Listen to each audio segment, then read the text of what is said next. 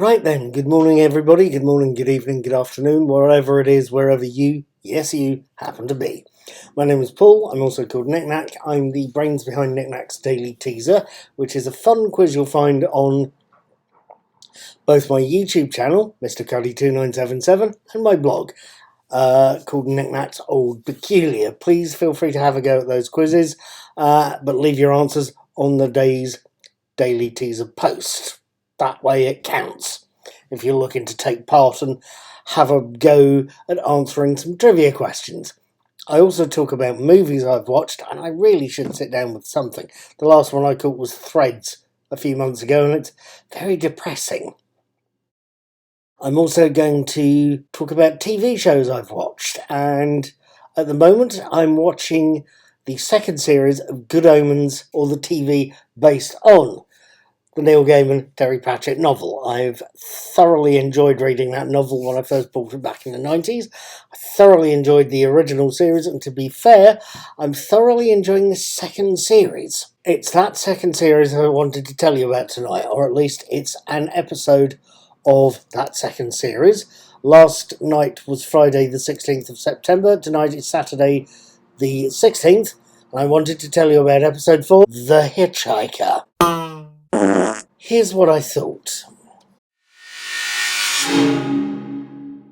Episode 4, The Hitchhiker, opens not with a summary of earlier episodes, but with a very long shot of Aziraphale, Michael Sheen, driving back from Edinburgh, only to stop to pick up a rather strange hitchhiker. A hitchhiker that turns out to be Shax, Miranda Richardson, Hell's very own representative on Earth. A representative who only needs confirmation of what she already knows.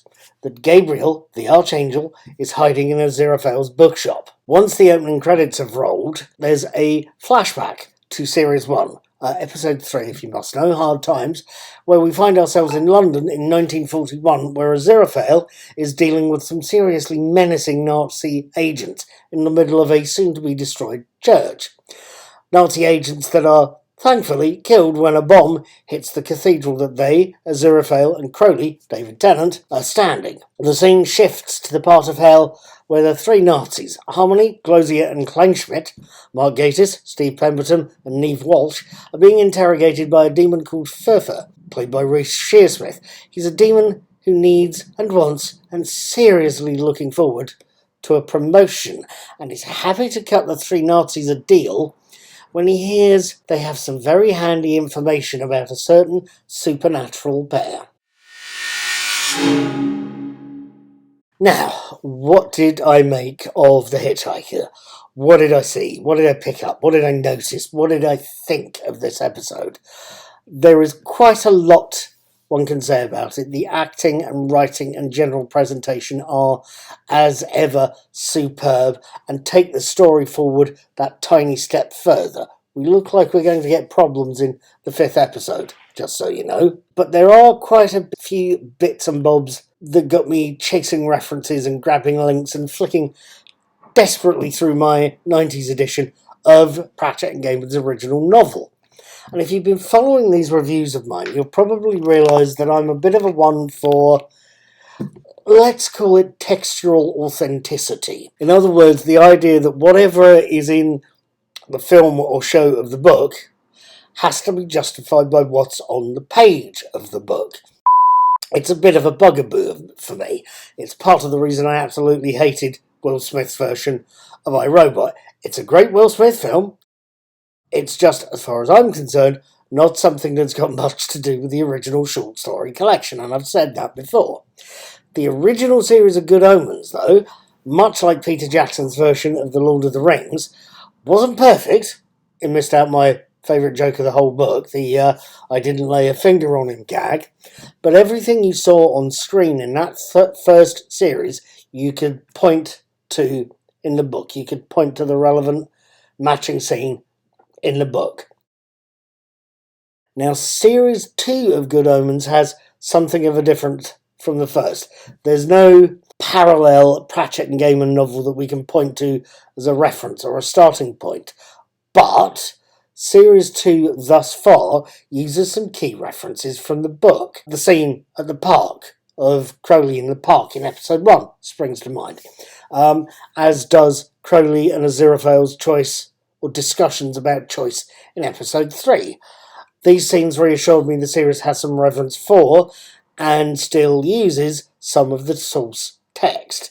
It's been done again in this episode. Much as he has in the novel, we see that Aziraphale, despite being capable of using intrinsic angelic powers that most magicians would drop their knickers for, has learnt stage magic.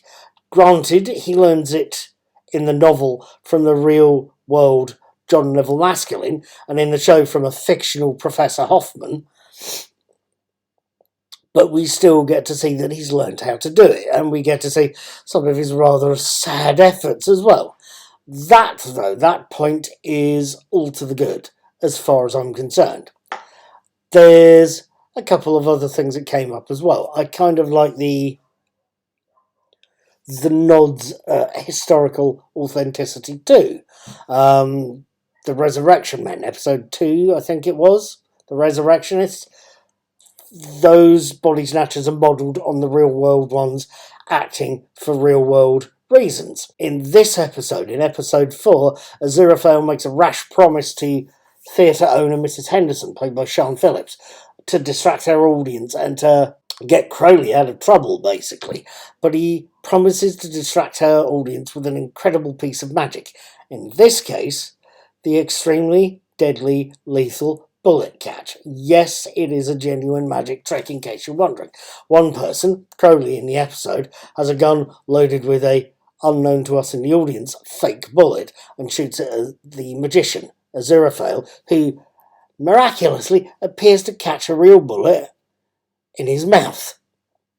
The trick is supposed to be one of the deadliest real-world stunts you can actually do, especially if it goes wrong after a gun misfires or a bullet doesn't shatter properly. It's killed at least 3 people, to my knowledge. 4, if you include Brandon Lee's death in The Crow, because that was supposed to be a blank that was supposed to shatter when it hit the muzzle, and it didn't. It didn't shatter properly and it killed Brandon Lee. That's the sort of thing that goes wrong with the bullet catch trick.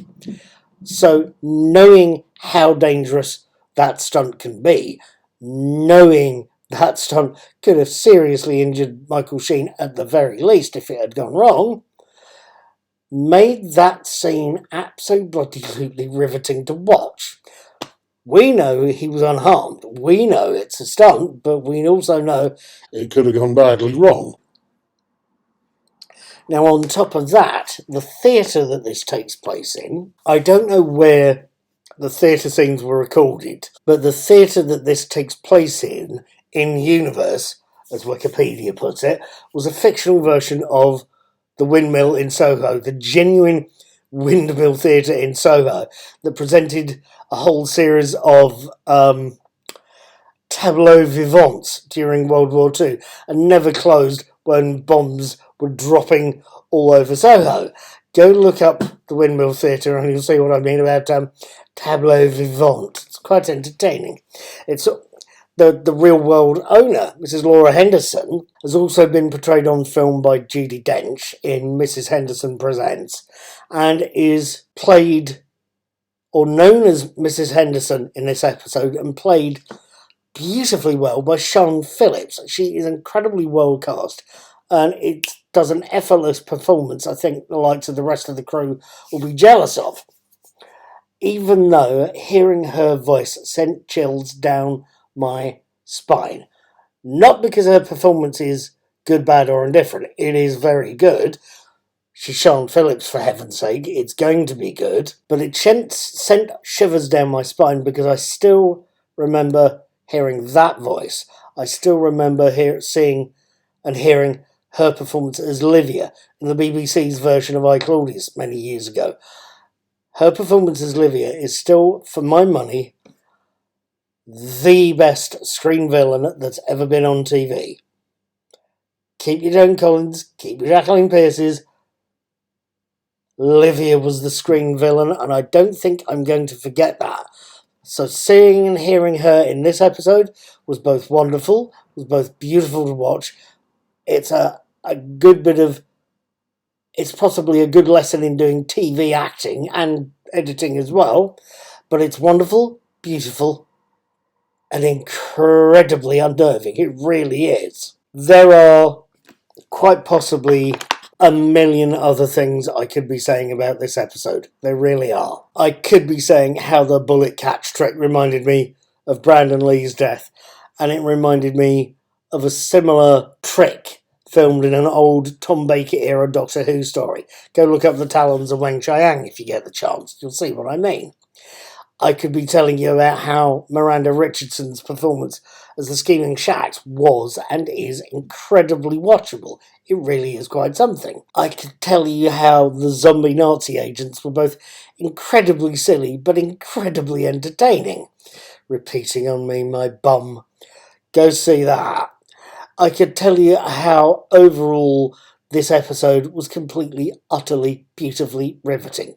It is a superb piece of work in a series that's equally as good. Frankly, I will say all of that and just have. But I will also tell you this, that I am going to be watching the next episode, the fifth one, The Bull, on Friday the 22nd of September.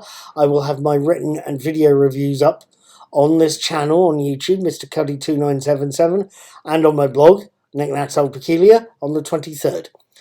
Hopefully I will see you then. Please feel free to subscribe and hit the notification bell so that you can catch my next review of the next episode of Good Omens. I will see you next Friday. Take care, have fun, and to quote Patrick McGowan, be seeing you.